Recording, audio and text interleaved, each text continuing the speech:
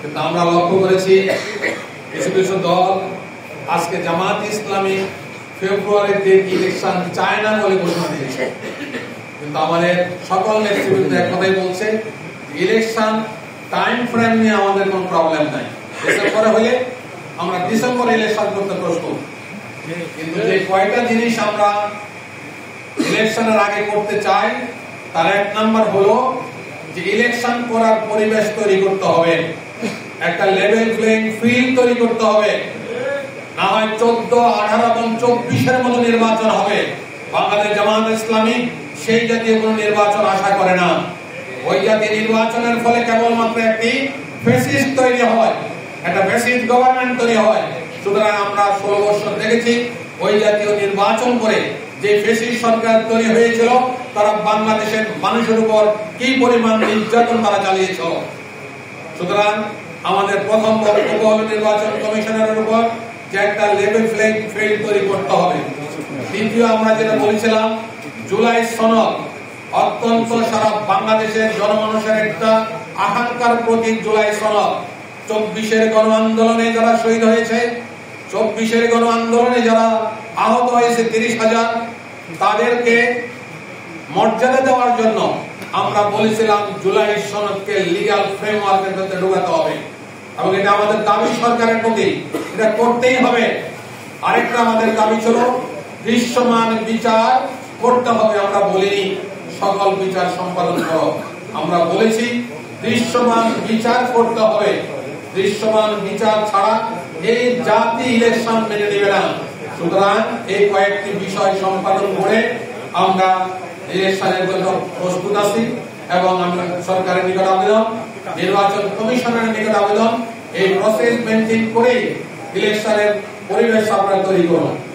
আরেকটি বিষয় আমরা বরাবর বলে আসছি যে পিআর পদ্ধতিতে আমরা ইলেকশন চাই। প্রফেশনাল রিপ্রেজেন্টেশন আনুপাতিক পদ্ধতি পৃথিবীর 91টা দেশে আঙ্গুল দিয়ে আমরা দেখিয়ে দিয়েছি যে 91টি দেশে পিআর পদ্ধতিতে ইলেকশন করে তারা কি পরিমাণ সুবিধা ভোগ করছে। আর আমাদের দেশের রাজনৈতিক বৃহৎ রাজনৈতিক দলের একজন নেতা, তিনি আগে পিআর বুঝেন না, তিনি বলেন পিআর খায় না, পিআর খায় দেয়। দীক্ষা জানাই এবং পলিটিক্যাল লিডার, তিনি এই কথা বলতেই পারেন না। তিনি যদি না বুঝেন তাহলে আমাদের একজন নেতা বলেছেন আমাদের ক্লাসে এসে ভর্তি হন, আমরা আপনাদেরকে পিআর বুঝিয়ে দেব। সম্মানিত ভাইরা, আপনারা জানেন রিসেন্ট জরিপ হয়েছে, এটা ওপেন টু অল, সেখানে 71% মানুষ পিআর এর পক্ষে রায় দিয়েছে। সুতরাং আমরা সরকারের কাছে আবেদন জানাতে চাই যে পিআর সিস্টেমের ভিতরেই যেন ইলেকশন নিয়ে আসে। আজকে আমি নিউজ দেখলাম একটু আগে যে নির্বাচন কমিশনার, চিফ ইলেকশন কমিশনার রাজশাহীতে বলেছেন এটা একটা আইনি প্রক্রিয়া, সুতরাং আমরা এটা করতে পারি না। আপনার হাতে সময় আছে, এটা যে কোনো একটা প্রক্রিয়া যদি আপনি যেতে চান ভালো মনে করেন, তাহলে এটাকে আপনি ওপেন করেন, আইনের ভিতরে নিয়ে এসে আপনি নির্বাচন করেন। সম্মানিত প্রিয় সাংবাদিক বন্ধুগণ, আপনাদের মাধ্যমে আমরা এই বিষয়টি জানাতে চাই যে 24-এর গণ আন্দোলনে যারা শহীদ হয়েছেন তাদেরকে মর্যাদা দেওয়া উচিত, যারা আহত হয়েছেন, তাদের আহত হয়েছেন, তাদের চিকিৎসা দায়ভার সরকারের নেওয়া উচিত এবং লেভেল প্লেইং ফিল্ড তৈরি করে একটি সুন্দর নির্বাচনের পরিবেশ তৈরি করার জন্য আমরা আবেদন জানাচ্ছি।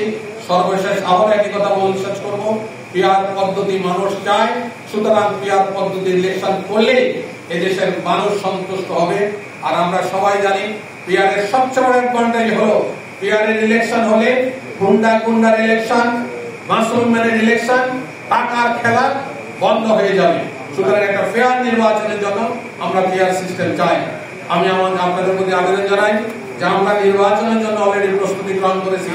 আজকে আমাদের কর্মশালা হয়েছে, এর অর্থ এটাই বহন করে যে জামাত ইসলাম তার 300 আসনে প্রার্থী ঘোষণা করে আমরা নির্বাচন ক্যাম্পেইন পর্যন্ত স্টার্ট করেছি, কর্মশালা তৈরি করেছি যাতে করে আমাদের লোকেরা মানুষের দোরগোড়ায় নির্বাচনকে নিয়ে যেতে পারে।